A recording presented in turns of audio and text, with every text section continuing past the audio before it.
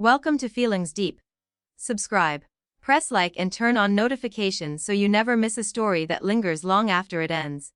I was never meant to be there, not inside that apartment. Not sinking into that unfamiliar couch. And definitely not standing at the edge of a moment that would quietly split my life in before and after. We believe we control the shape of our lives. We draw careful borders around our plans, our loves, our futures. But life doesn't respect blueprints, it erases, it redraws. It floods the spaces we thought were secure. It moves like a tide that answers to nothing. I had been certain of my direction. Certain of him. 5 years of shared mornings, shared bills, shared dreams stacked neatly like fragile glass. I believed love, once proven, was permanent. I believed commitment meant endurance. I was wrong. Sometimes love doesn't explode. It evaporates. It ends not with a fight, not with tears, but with silence so loud it feels violent. He didn't even stay long enough to look at me. No confrontation. No explanation. Just a thin sheet of paper taped to the refrigerator, a few rushed sentences written in ink that barely pressed into the page. Beside it, the spare key lay abandoned on the counter. Not handed back. Not placed gently. Just tossed as if I had only ever been passing through his life. I stood there longer than I remember breathing. The key felt heavier than metal should feel. I picked it up in my palm until the cold bit into my skin. I welcomed the sting. It was something solid. Something real. Because the truth settling into me felt shapeless, impossible to grip.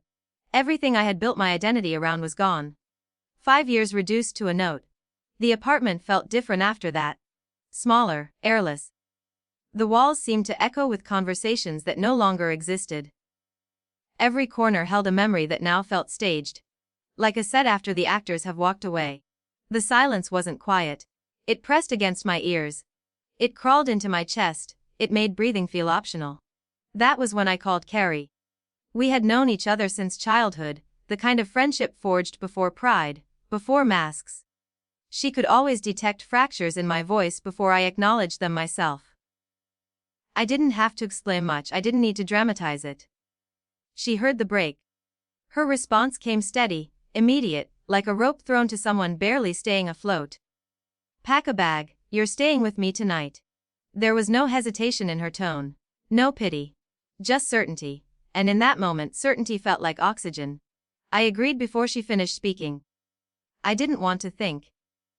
I didn't want to sit in that apartment another minute. Surrounded by proof that I had been so completely replaceable. Leaving felt less like running away and more like survival. I packed mechanically, a few clothes, toiletries, the essentials. I didn't look at the photographs. I didn't touch the framed memories on the shelves. I refused to inspect the empty side of the closet.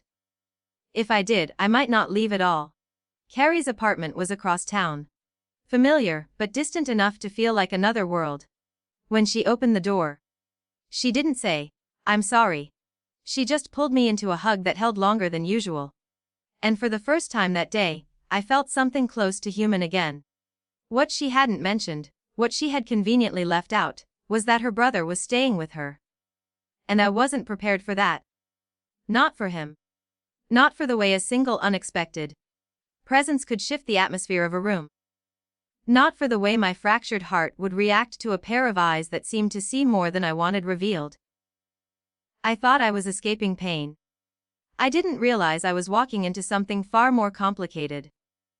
Something that would test whether I was truly broken, or simply unfinished. Nathan still lived there. Carrie's apartment stood at the edge of the old downtown district. A tall brick building that looked as though it had been holding secrets for a century. The walls were thick, weathered, textured with time. High ceilings stretched above wide industrial windows, and every step inside seemed to echo just a little longer than expected. Even in silence, the place felt alive, like it was listening. Carrie assured me I would have it to myself for a while. Nathan was away on a work trip, she said casually, as if it were a minor detail. To me, it sounded like mercy. I didn't want witnesses to my unraveling, I wanted space. A quiet corner where I could sift through the wreckage of my life without being observed. Without being asked if I was okay. Without performing strength I didn't feel.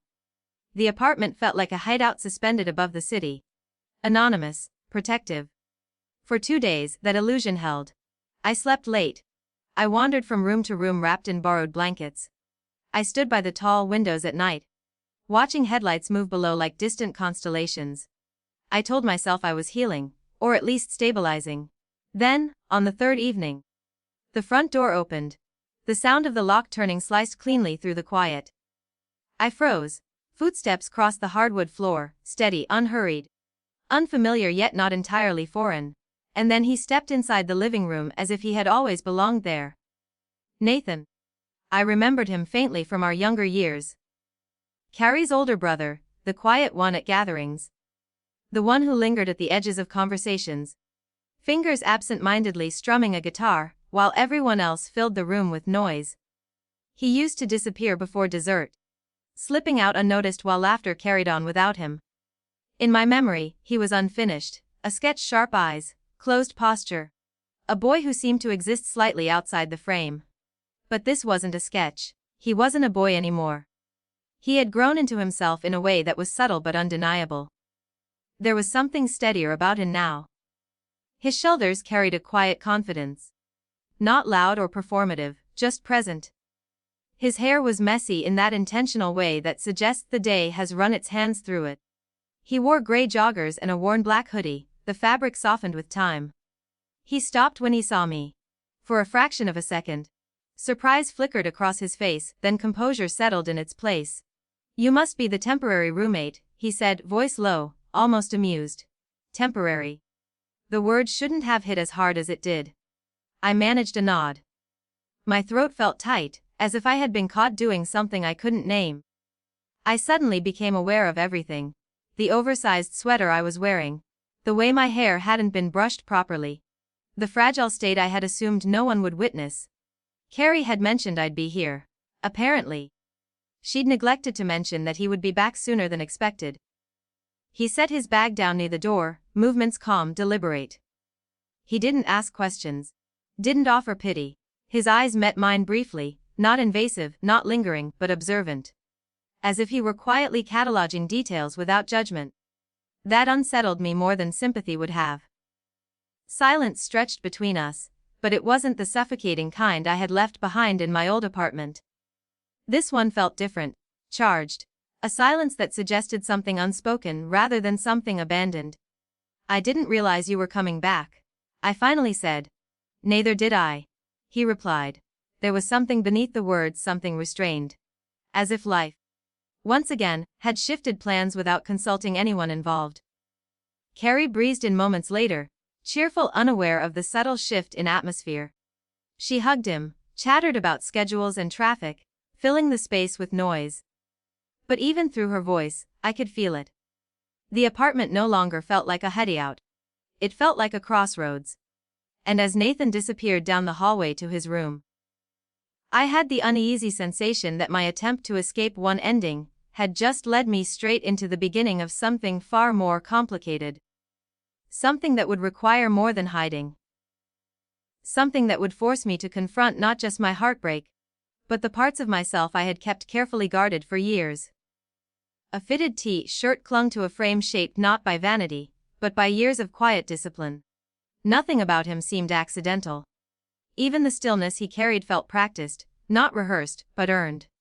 When he stood in the doorway, the air shifted. Not dramatically, not theatrically, just enough for me to notice. His presence held a calm gravity that unsettled me more than noise ever could. His eyes were different from what I remembered, softer at the edges, yet deeper, as if time had pressed meaning into them. They weren't searching. They weren't demanding. But they saw. And I wasn't sure I wanted to be seen. Our first interactions were deliberately simple. A nod when passing in the hallway. A polite half-smile over morning coffee. A quiet, "Do you need the remote?" In the evenings. His voice carried an ease that made everything sound neutral. Harmless, like two strangers sharing space on a late-night train, aware of each other but not obligated to connect. Temporary companions. People who assume their paths will separate without consequence. That arrangement suited me. I had no energy for complications. No room in my chest for new variables. I wanted to dissolve into the background of Carrie's apartment. to shrink into the safety of anonymity while I reconstructed whatever remained of me. But silence, no matter how carefully maintained, never stays intact. One evening, the guest room began to feel smaller than it was. The walls pressed inward, heavy with my own thoughts. I couldn't breathe beneath them.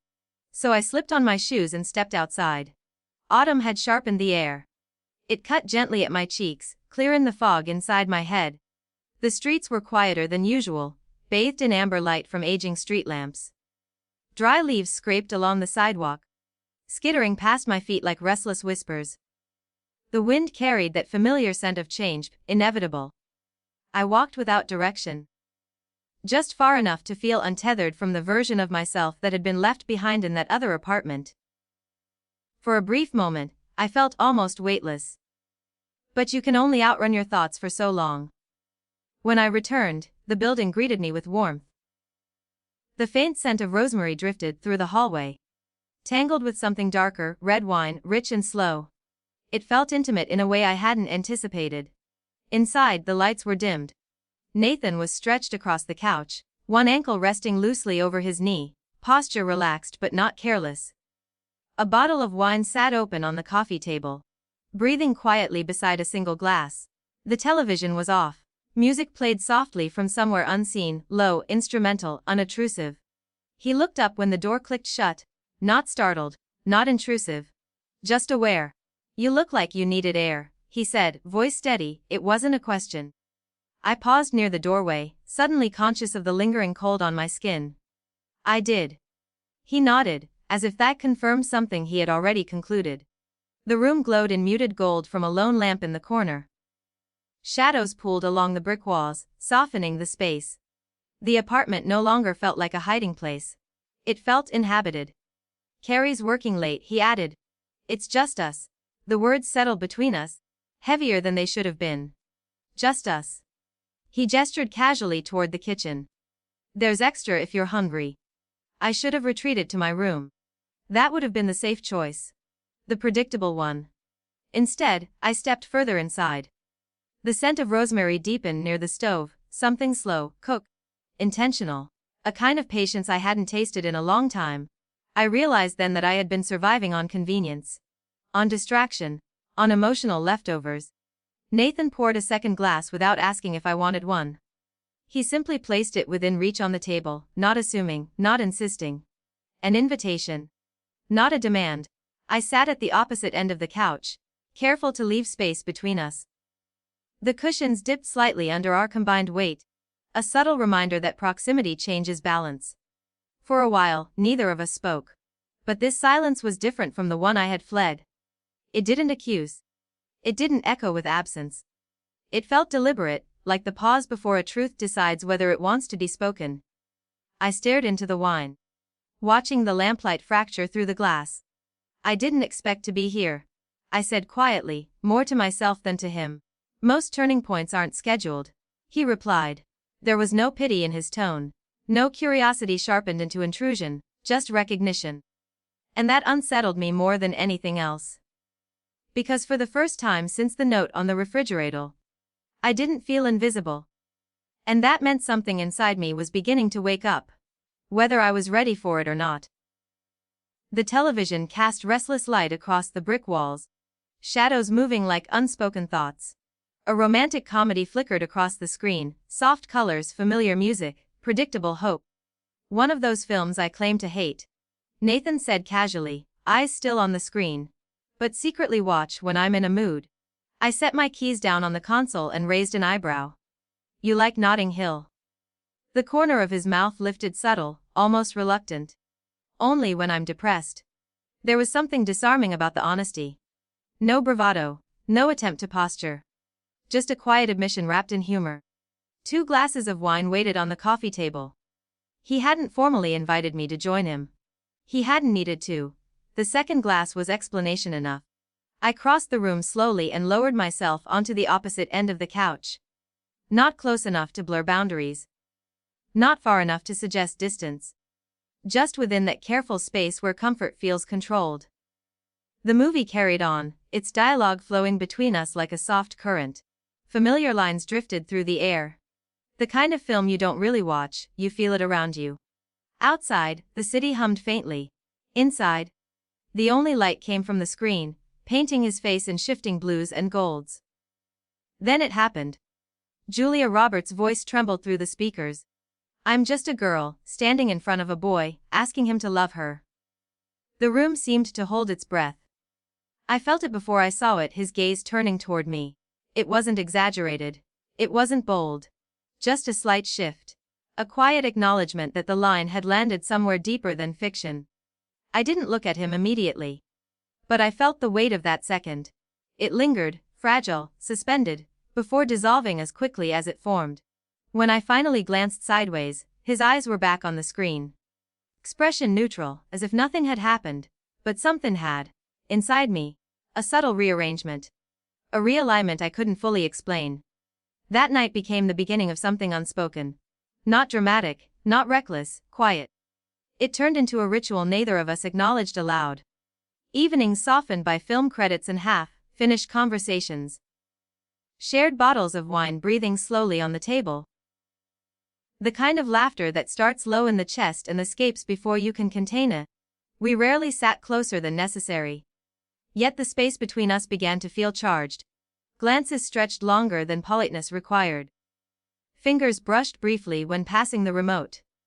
Small pauses before standing up, as if leaving the room required more effort than it should. We spoke about safe things at first, music, travel, books we pretended to understand fully. But beneath every exchange was something quieter. A current neither of us named.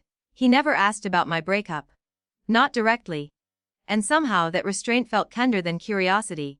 But I would catch him watching me sometimes, not in a possessive way, not invasive. Just attentive. As if measuring the distance between who I appeared to be and who I was trying to rebuild. And in those moments, I felt exposed in ways that had nothing to do with vulnerability and everything to do with recognition. The apartment no longer felt like a refuge from pain. It felt like a waiting room. Like something inevitable was approaching slowly, patiently. One night as the credits rolled and the room into near darkness, our hands reached for the wine bottle at the same time. Our fingers touched. This time, neither of us pulled away immediately. It wasn't electric. It wasn't cinematic, it was steady. Real.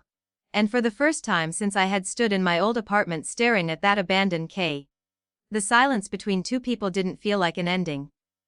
It felt like a question. One I wasn't sure I was ready to answer. Should have. I told myself it meant nothing, a passing moment. A harmless overlap, I almost convinced myself. The apartment gradually found a rhythm. As if it had accepted the fact that two fractured people were now moving within its walls. Mornings arrived gently. Sunlight pouring through the tall windows and spilling across the exposed brick in sheets of gold. Dust drifted lazily in the beams, turning the ordinary into something cinematic. I began to recognize the cadence of Nathan's footsteps.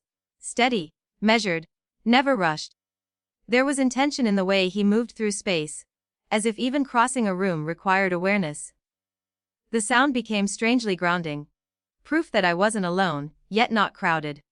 We existed like two moons caught in shared gravity. Close enough to influence the tide. Careful enough to avoid collision. But gravity doesn't need contact to be powerful. Something invisible shifted between us, subtle, almost polite. It lived in small things. In the faint clink of ceramic mugs meeting the counter in the morning. In the brush of his fingers against mine when he passed the sugar. In the pauses that lasted half a second longer than necessary. Ordinary moments began to hum. There was a current beneath them, quiet but undeniable. Not loud enough to name. Not soft enough to ignore. And the more I pretended not to feel it, the more aware of it I became. One night, sleep refused to claim me. Thoughts circled relentlessly, replaying memories I had tried to bury. The guest room felt unfamiliar again, like I was borrowing someone else's life. Restlessness crept under my skin. So I drifted out, barefoot, wrapped in the false comfort of an oversized shirt that hung loosely over my frame. The hardwood floor was cool beneath my feet as I stepped into the dim glow of the living room. Nathan was there. Seated at the far end of the couch. Illuminated only by the blue light of his phone screen. The glow carved shadows along his jaw, sharpened the planes of his face. His hair looked darker in the half-light, falling slightly over his forehead. For a moment I considered retreating unnoticed. "Insomnia?" he asked, not looking up. His voice was low, softer than usual, like the night itself had quieted it. "Yeah." My reply felt too loud in the stillness. As though I had broken something fragile. He lowered his phone slowly and set it face down on the table. The room dimmed further without the artificial glow. Only the city lights filtered faintly through the windows now. He didn't ask why. Didn't offer solutions. Just shifted slightly, making space on the couch without drawing attention to the gesture. An invitation disguised as indifference. I hesitated only a second before crossing the room and sitting down, not touching, but close enough to feel the warmth radiating from him. Close enough to sense his breathing. The silence that followed wasn't awkward, it was aware. Outside, a car passed, headlights sliding briefly across the ceiling. Inside, the air felt heavier. Charged with something neither of us had agreed to acknowledge. "Sometimes it's worse at night," he said quietly. "When everything slows down." I knew he wasn't just talking about sleep. "Yeah," I whispered again, "because at night, there are no distractions. No daylight to soften sharp truths. Just the steady awareness of what's missing and what's dangerously close." I became hyperaware of everything. The faint scent of his cologne, the warmth of his shoulder inches from mine, the way my pulse seemed louder in my own ears. He turned his head slightly then. And for the first time in days, our eyes met without the safety of daylight between us. There was no teasing, no casual humor. Just recognition. And something else. Something restrained. My breath caught, not dramatically, not visibly, but enough for me to feel it. This was the line. The fragile boundary between comfort and complication. Between healing and wanting. Neither of us moved. Yet the space between us felt thinner than ever before. And in the quiet blue of that sleepless night, I realized something that unsettled me more than heartbreak ever had. I was no longer just hiding in this apartment. I was beginning to feel again. And that might be far more dangerous. He set his phone aside, shifted slightly, and patted the space beside him. I froze for a heartbeat, then let myself slide down onto the couch. The blanket draped over the cushions carried a faint warmth, lingering from his presence. Close enough to notice, distant enough to keep the illusion of safety. For a while, neither of us spoke. We listened instead. To the soft hiss of traffic outside, the low hum of the refrigerator, the way the room seemed to hold its breath along with us. "Quietly," he asked, quietly. Almost too gentle to catch at first. "Do you miss him?" The question landed like a stone dropped into still water. Ripples stretched across my chest. I let the silence stretch, drawing it out, tasting the weight of it before the words emerged. "Sometimes," I admitted softly. "Sometimes I wonder if I ever really had him." The confession startled me, as though the truth had been waiting at the edge of my throat for years. Waiting for the right moment, the right person to let it slip free. Nathan tilted his head, studying me. His expression was calm, attentive, neither judgmental nor prying. "Then maybe it's good he's gone," he said. I searched his face, bracing for criticism, for pity. There was none. Only certainty, quiet, anchored. As if he understood something I hadn't been ready to face myself. The silence thickened. Stretched taut like a thread pulled too tight. My heart beat unevenly, too loud in the stillness, as if echoing the unspoken tension in the space between us. "Can I tell you something?" I whispered, voice barely more than a breath. He nodded slowly, leaning slightly closer without breaking the invisible boundary we'd established. "I think I'm more afraid of being alone." For a moment, he didn't move. Then, almost imperceptibly, his breath caught. That small, human reaction betrayed something he hadn't voiced: recognition, surprise. Perhaps something deeper, more dangerous. "Rachel," he said, his voice low, deliberate, and weighted with something I couldn't quite name. And in that single syllable, the quiet apartment, the faint glow of the television, the lingering warmth of the blanket, the stillness around us, shifted imperceptibly. I felt it too.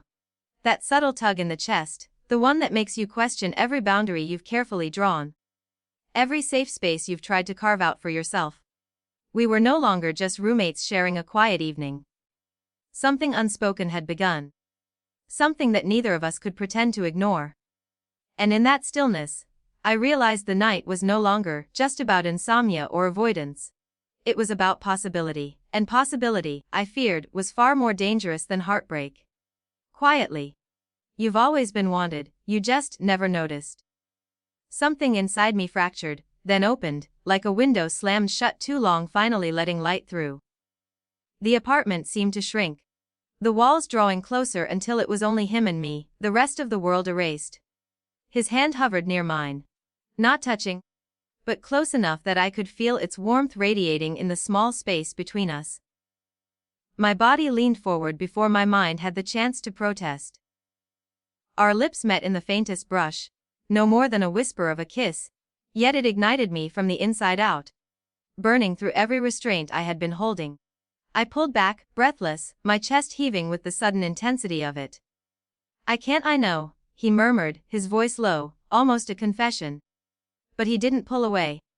The air between us buzzed, charged with everything we hadn't spoken. The following days became a blur, strange, dreamlike. Suspended in a haze where nothing was labeled, nothing named. We moved around each other like actors in a silent play. Each glance a sentence we couldn't bring ourselves to say aloud. I told myself it was the wine, the loneliness, the storm raging inside me. But I knew the truth. I wanted him. That evening, the sky turned a pewter gray. Heavy clouds stacked like bruises swollen with rain, their edges frayed by the wind. The storm approached with a low, resonant growl that shook the apartment windows and set the lights flickering. When the blackout came, it was almost a relief. The sudden absence of hums, of electronics, of the constant background noise, it gave the world a pause. The city outside fell into darkness, and inside, the apartment felt both fragile and infinite. I lit candles in the kitchen, their flames trembling in the draft, casting long, quivering shadows across the walls. The soft golden light painted everything in warmth, yet heightened the tension that had been simmering just beneath the surface. When I stepped back into the living room, the shadows danced across his face, highlighting angles I had only ever noticed in fragments. The storm roared faintly outside, but inside, it was still. Except for the subtle rhythm of our breaths, and the unsaid truths hanging thick in the candlelight. It wasn't just desire, not just loneliness, not just the storm outside. It was something far more dangerous. Something that promised change, sudden, unrelenting, inevitable. And I knew, with a clarity that made my pulse spike, that nothing in this apartment, in this city, or in my carefully rebuilt heart, would ever feel the same again. When I returned to the living room, Nathan was already there. A single candle flickered beside him, its light trembling against the walls like the heartbeat of the storm outside. The air smelled faintly of wax and rain, clean and electric. And it seemed to wrap around us, insulating the room from everything else. I sank onto the couch, the space between us narrower than ever. And for a long while we said nothing. We listened instead, to the rain lashing against the windows, to the low growl of distant thunder, to the uneven rhythm of our breaths mingling in the quiet. I don't want to be scared anymore, I finally whispered, barely louder than the candle's flicker. Then don't be, he replied, his voice soft, certain, almost a promise. His hand found mine, deliberate, unhurried, offering every chance to pull away. I didn't. I let the warmth of his palm anchor me, the simple weight grounding me in a way I hadn't realized I needed. Slowly, he drew me closer, and when our lips met again, it wasn't desperate or frantic, it wasn't hurried, it was steady, deep, recognition, not conquest. His fingertips traced the contours of the parts of me I had long kept hidden, careful, gentle, asking questions without words. And somehow, every heartbeat answered, spoke back, confirmed that I was no longer alone. When I finally pulled back, trembling, the words tumbled out unbidden. This isn't right. I didn't come here for this. He pressed his forehead to mine, steady, grounding. But maybe you needed it. I'm not over him, I admitted, my voice raw. I'm not asking you to be, he said softly, as if there was no judgment in the world capable of crossing us. I don't know what this is, I whispered. Neither do I, he admitted. But I know it's not nothing. We stayed that way, silent, aware. With the storm beating against the windows and the candle flickering low, a soft golden halo around us. Time seemed suspended, measured only by our shared breaths. Eventually, exhaustion claimed me. For the first time in months, sleep arrived unbidden, deep and peaceful. And in that sleep, the dreams were no longer haunted by what had been lost. For the first time in what felt like forever, I dreamed of tomorrow, not the past, not the heartbreak, but of what might be waiting beyond the storm.